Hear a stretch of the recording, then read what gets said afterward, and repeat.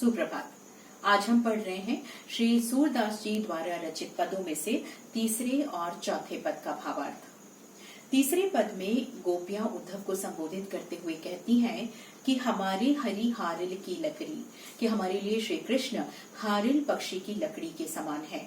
ऐसी किंवदंती है कि हारिल पक्षी अपने पंजों में एक लकड़ी को दबाए रहता है, वो उसे पेड़ की डाल का आश्रय मानता है।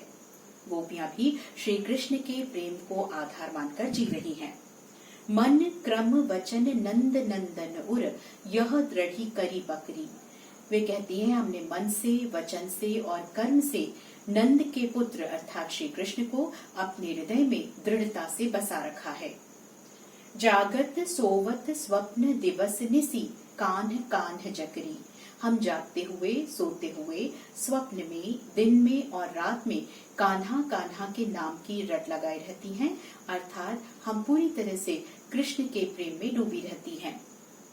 सुनत जोग लागत है ऐसो ज्यों करवी ककरी।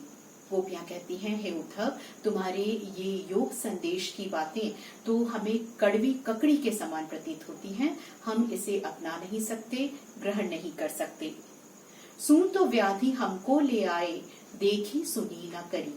ये योग संदेश रूपी व्याधि, रोग तुम तो हमारे लिए ऐसा लेकर आए हो जो न पहले कभी हमने देखा, न सुना और न ही कभी सहन किया। यह तो सूर तिनहि लय सौंपो जिनके मन चकरी। सूरदास जी कहते हैं कि गोपियां उद्धव से कहती हैं कि ये योग संदेश तो आप उन लोगों को दीजिए जिनका मन चक्री की तरह घूमता है, अर्थात अस्थिर मन वालों को अपना मन स्थिर रखने के लिए योग संदेश की जरूरत पड़ेगी, लेकिन हमारा मन तो श्री कृष्ण के प्रेम में एकनिष्ठ है। इस अगले पद में वे कहती हैं, हरि है राजनीति पढ़ाए। श्री कृष्ण ने अब राजनीति पढ़ ली है, वे अब राजनीतिज्ञों जैसा व्यवहार करने लगे हैं। समुची बात कहत मधु करके समाचार सब पाए।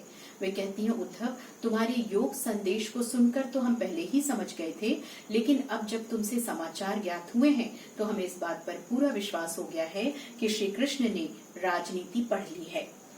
एक अति चतुर हुतय पहले ही अब गुरु ग्रंथ पढ़ाए। उद्धव, एक तो पहले से ही आप बहुत चतुर थे और अब आपने अपने गुरु श्री कृष्ण से राजनीति के ग्रंथ भी पढ़ लिए हैं। बड़ी बुद्धि जानी जो उनकी जोग संदेश पठाए। अब हमें ये विश्वास हो गया है कि श्री कृष्ण का बुद्धि चातुर्य बहुत अधिक बढ़ गया है, वे बुद्धि चातुर्य में बहुत अधिक कुशल हो गए हैं। यही कारण है कि उन्होंने हमारे लिए योग संदेश भेजा है। ऊधव भले लोग आगे के परहित डोलत धाय।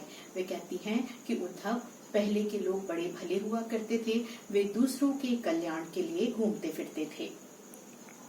अब अपने मन फेर पाए हैं चलत जो हुतय चुराए। यहाँ से जाते समय कृष्ण ने हमारा मन चुरा लिया था, लेकिन अब हम उनके व्यवहार को देखकर अपना मन वापस ले लेंगी।